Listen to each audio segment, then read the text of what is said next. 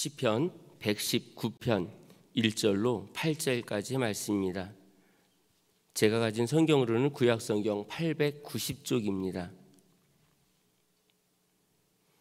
시편 119편 1절로 8절까지의 말씀입니다. 다 찾으신 줄 알고 한 절씩 우리 봉독하도록 하겠습니다. 행위가 온전하여 여호와의 율법을 따라 행하는 자들은 복이 있으며 여호와의 증거들을 지키고 전심으로 여호와를 구하는 자는 복이 있도다. 참으로 그들은 불의를 행하지 아니하고 주의 도를 행하는도다. 주께서 명령하사 주의 법도를 잘 지키게 하셨나이다. 내 길을 굳게 정하사 주의 율례를 지키게 하소서. 내가 주의 모든 계명에 주의할 때에는 부끄럽지 아니하리이다. 내가 주의 의로운 판단을 배울 때에는 정직한 마음으로 주께 감사하리이다. 내가 주의 율례들을 지키오리니 나를 아주 버리지 마옵소서. 아멘. 오늘은 시편 119편 1절로 8절까지의 말씀을 통해서 말씀을 따라라는 제목으로 말씀을 전할 때에 우리 성도님들 큰 은혜 받으시기를 바랍니다. 오늘 읽은 말씀은 시편 119편은 성경에서 가장 긴 장입니다. 그리고 176절이나 되는 그 긴 절을 가지고 있습니다. 그 앞에서는 117편은 성경에서 가장 짧은 절을 가지고 있는 장이 117편. 예전에 성경 퀴즈 할 때는 항상 이런 게 좀 나왔거든요. 퀴즈 할 일이 없어서. 그러나 좀 알고 계시면 좋을 것 같고요. 시편 119편은 이제 하나님의 말씀에 오로지 초점을 맞춘 성경이다 라고 보시면 되겠습니다. 율례, 하나님의 말씀, 법도, 계명 이렇게 표현되는 이 글이 절마다 이렇게 있는데 176절 중에서 172절이나 그 단어가 계속 나와요. 그러니까 176절이나 되는 긴 절을 가지고 있지만 그 내용 가운데 율법, 말씀, 규례, 율례 이렇게 해가지고 돼 있는 말씀으로 172절이 할애가 되고 있어요. 그러니까 이 말씀을 읽을 때는 정말로 하나님의 말씀을 지키려고 애를 썼구나. 그러니까 이 시편 기자가 이 쓰려고 했었던 그 의도가 하나님의 말씀을 내가 지키려고 애를 쓴다라는 마음을 가지고 하나님 제가 말씀을 지키려고 합니다. 나를 도와주시옵소서. 내가 이 말씀을 지킬 수 있도록 이끌어 주시옵소서. 계속 그 기도를 하고 있는 거예요. 시를 쓰는 것 같지만 거기엔 기도가 많이 담겨져 있는 것을 보게 됩니다. 오늘 읽은 말씀에도 1절에 율법, 2절에 증거, 3절에 주의 도, 4절에 주의 법도, 5절에 주의 율례, 6절에 모든 계명, 주의 의로운 판단, 그리고 8절에 주의 율례 이렇게 좀 쭉 이어지고 있습니다. 그러니까 하나님께서 우리를 이끌어갈 때 이 말씀이 없이는 나는 살 수 없습니다라고 하는 고백과 더불어서 이 시편 119편을 써나가는 것을 보게 됩니다. 근데 또 이 특징이 있는데요. 이 시는 8절씩 끊어서 이렇게 구성이 되어 있습니다. 1절에서 8절 끊고 9절에서 16절까지 끊고 또 17절부터 24절까지 끊고 이게 보시면 거기 동그라미 이렇게 돼 있는 거 보시면 8절씩 의도가 있다라는 거죠. 정확한 의도는 몰라요. 그러나 우리가 읽을 때 8절씩 끊어서 22연을 가지고 이 시편 119편을 썼습니다. 그리고 특징적인 것은 여기는 한글로 나와서 그게 보이진 않지만 1절에서 8절까지는 히브리어의 알파벳이 있어요. 영어에서도 A, B, C, D가 있고 우리도 기역, 니은, 디귿이 있듯이 히브리어에서도 알렙, 베트, 끼멀, 달렛 이렇게 해가지고 쭉 이어지는데 1절부터 8절까지는 알렙으로 돼 있는 거예요. 그리고 9절부터 16절까지는 베트, 그리고 7절부터 24절까지는 기멀, 시작할 때 그 단어를 가지고 의도적으로 알렛, 베트, 기멀, 달렛, 해, 와우, 바브 이렇게 해가지고 쭉 시작을 의도를 가지고 글을 썼다라는 거예요. 그러니까 그 특징적인 거를 우리 뭐 신학적인 그런 부분이 아니라 그냥 이 성경이 그렇게 만들어졌구나, 특징적인 걸 좀 알고 계시면은 더 좋을 것 같습니다. 1절에서는 율법을 따라 행하는 자가 복이 있다라고 말씀하고 있습니다. 시편 어디가 떠오르시지 않나요? 이 말씀 들으면 율법을 따라 행하는 자가 복이 있다. 복 이야기 나오면 가장 먼저 시편 1편이 나오죠. 그러니까 우리가 어디에 치우치지 않고 잘못된 길에 서지 않고 내가 오만한 자가 되지 않고 그렇게 사는 것이 우리가 하나님 앞에 복된 삶인데, 그 하나님의 말씀이 너무 좋아서 밤과 낮 가리지 않고 묵상하면서 그렇게 즐기는 사람, 하나님의 말씀이 있는데 그걸 가지고 나는 행복하다라고 고백하는 그런 사람이 진짜 복 있는 사람이다 라고 시편 1편은 말씀하고 있습니다. 여기서도 마찬가지로 행위가 온전하여, 우리는 온전할 수 없습니다. 그러나 시편 기자는 행위가 온전하여 여호와의 율법을 따라 행하는 자들은 복이 있으며, 그러니까 율법을 따라 행하기 때문에 그가 행위가 온전하다라고 표현하는 거예요. 온전하기 때문에 행위를 나타낸 것이 아니라 하나님 앞에 말씀을 따라 살려고 하는 복 있는 사람이 바로 행위가 온전한 것이다 라고 이렇게 말씀을 하고 있습니다. 2절에서도 여호와의 증거, 그러니까 말씀입니다. 증거를 지키고 여호와를 구하는, 여호와를 찾는 자는 복이 있다 말씀합니다. 그러니까 우리가 하나님을 찾고 찾는 가운데서 거기서 하나님이 우리에게 해답을 주신다라는 거죠. 하나님을 찾지 않고 나의 방법을 동원해서 내가 살아가는, 내가 운영하는 사업이, 내가 이끌어가는 가정이 내 방법대로 하면 행복할 거야, 성장할 거야, 가장 뛰어난 기업이 될 거야, 이렇게 착각을 하면 안 된다는 거죠. 머리 대신 주님이 내 앞에 계셔서 이끌어갈 때 우리는 따라가는 거죠. 말씀을 따라가는 삶이 가장 복된 삶이다. 지금 시편 기자는 계속해서 주의 율례를 내가 지키고 그래서 하나님과 더 가까워지려고 합니다. 우리 하나님을 다 모르잖아요. 우리 열심히 신앙생활해서 기업이 좀 잘 되고 자녀들이 이게 좋은 어떤 상황을 맞이하고 그러면 막 그랬는데 어느 날 갑자기 우리에게 질병이 찾아오거나 갑자기 경제가 안 좋아지는 상황을 맞이할 때 하나님 왜 이러십니까? 라고 한 번쯤은 그런 이야기 해본 적 있으시잖아요. 난 열심히 헌신했고 내 시간을 다 드리면서 교회에서 봉사했고, 그런데 나에게 갑자기 뜻하지 않은 어려움이 찾아오면 이건 뭐지? 해석이 되지 않는 일들이 찾아오면 정말 답답하기 짝이 없죠. 그러나 우리가 하나님 앞에 하나님 우리를 도와주시옵소서, 나는 하나님의 말씀을 끝까지 따라가겠나이다, 신뢰하겠나이다, 오늘 역사하여 주시옵소서, 그렇게 하나님을 찾고 찾는다면 하나님 우리에게 답을 주시는 거죠. 3절에서는 그 복 있는 자들은 불의를 행하지 아니하고 주의 도를 행하는도다. 그 말씀을 가지고 있는 사람은 불법을 행하지 않는 거예요. 그리고 하나님의 도, 율법을 그대로 지키려고 애를 쓴다라는 거죠.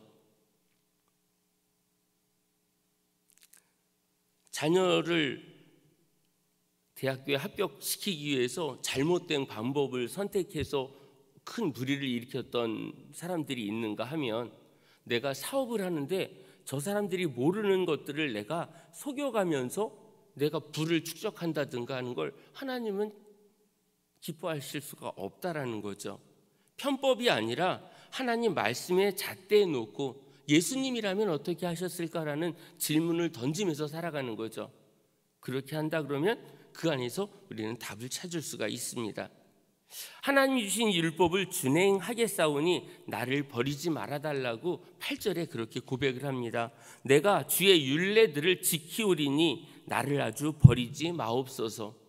간절하게 난 율법을 열심히 지켰는데 나 끝에 가서 버려지면 어떡할까?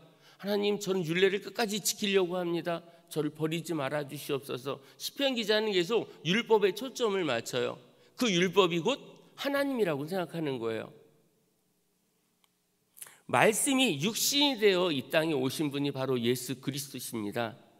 하나님께서 우리에게 그렇게 말씀으로 다가오셨기 때문에 이 시편 기자는 그 말씀이 곧 하나님이다 라고 하는 걸 느꼈기 때문에 계속해서 율법을 지키려고 애를 쓴다는 거죠. 율법으로는 구원을 얻을 수 없으나 지금 이 시편 기자가 얘기하는 이 율법, 규례, 이 모든 건 하나님과 동등된, 하나님이 우리를 이끌어 가시는 그 원천이 이 안에 있다라고 느꼈기 때문에 이런 고백을 하고 있는 거죠. 아브라함은 하나님께서 너는 너의 고향과 친척과 아버지의 집을 떠나 내가 내게 보여줄 땅으로 가라, 그렇게 말씀하실 때 하나님께서 지시하신 그대로 출발도 바로 하는 거고요. 그리고 가는 방법도 하나님께서 원하셨던 그대로, 지시한 대로 준행했다라는 거죠. 그러니까 율법을 지킨다라고 하는 것은 하나님 말씀을 신뢰하는 거거든요. 내가 이렇게 한다고 해서 과연 좋은 결과가 있을까? 내가 계산하는 게 아니고요. 하나님이 원하시는 거니까 그대로 준행하면 하나님 우리에게 답을 주신다라는 거죠. 3절 4절에서도요. 율법을 지키며 불의를 행하지 않는 자가 행복한 자라고 이렇게 표현하고 있습니다. 그리고 5절에서는 율법을 잘 지킬 수 있도록 구하는 그런 기도를 또 한 번 드리고 있습니다. 우리 성도님들은 자신의 힘으로 거룩해질 것이라는 생각 해보신 적은 있는지 모르겠습니다만 우리는 우리의 힘으로 거룩해질 수 없다는 그런 존재라는 것을 기억하시기를 바랍니다. 하나님께서 나의 가는 길을 이끌어 달라고 날마다 매일매일 기도하는 우리 성도님들이 되시기를 바랍니다. 이 시편 기자는 7절에서 내가 정직한 마음으로 주를 찬양하겠습니다. 내가 주의 의로운 법들을 배우면서 주를 찬양할 것입니다. 정직한 마음으로 주를 찬양하겠대요. 내가 주의 의로운 법들을 배우면서 주를 찬양하겠다고 그렇게 고백을 합니다. 쉬운 성경으로 이렇게 말씀을 풀어서 드렸고요. 그리고 가장 중요한 건 감사하다라고 고백을 하는 겁니다. 기도는 나의 필요를 채우기 위해서 하나님 이것도 주시고 이것도 주시고 이렇게 해주세요 라고 해서 교회를 위해서 막 기도했다고 그게 다 기도가 아니라 하나님 앞에 감사가 없다면 그 기도는 사실 생명력을 잃은 거죠. 달라는 기도는 사실 2시간 동안도 달라 그럴 수 있잖아요. 내가 없는 거 다 달라고는 할 수 있는데 하나님은 아직 내 손에 아무것도 쥐어주지 않으셨는데도 불구하고, 그럼에도 불구하고 내가 오늘 기도의 제목이 있음을 감사합니다 하면서 감사로 끝날 때 기도가 마무리되는 거죠. 수없이 많은 이야기를 하지만 감사가 없는 기도는 기도가 아닌 거예요. 아직 아무것도 이루어진 게 없으나 하나님께서 이루어진 것 믿고 감사할 때 그때부터 역사가 일어나는 거죠. 우리가 주님의 말씀을 깨달아 알아갈 때 가장 먼저 구하는 그 기도의 제목은 감사의 기도여야 합니다. 때를 쓰면 무조건 달라는 기도가 아니고 주님과 동행하고픈 간절함이 기도 가운데 있을 때에 하나님은 그 기도에 응답하신다라는 거죠. 오늘 읽진 않았지만 9절부터 16절까지가 원래 본문의 말씀이었습니다. 요번에 9절로 시작할 때는 알파벳 B, 영어로 B에 해당하는 베트로 시작해요. 청년이 무엇으로 그의 행실을 깨끗하게 하리이까, 한글이지만 이제 히브리어에서는 베트로 시작을 하고 있습니다. 그리고 9절에서는요. 청년은 무엇으로 자신을 깨끗하게 할 수 있겠습니까? 주의 말씀을 지키는 길, 그 길밖에 없습니다. 주의 말씀을 지키는 것이 청년이 해야 될 일들, 청년이 자신을 깨끗하게 할 수 있는 일이 무엇일까라고 했을 때 그건 바로 주의 말씀을 지키는 길, 그 길밖에 없습니다. 젊은이든 나이를 든 사람이든 관계없이 주의 말씀을 지키는 것이 자신을 깨끗하게 하는 길이다라고 시편 기자는 그렇게 말씀하고 있습니다. 하나님의 말씀이란 곧 하나님 자신을 말하는 겁니다. 시편 기자는 그걸 알았기 때문에 율법에 대해서 계속 이야기하는 게 하나님을 더 알아가고 싶었고 하나님 말씀을 지키고 싶었고,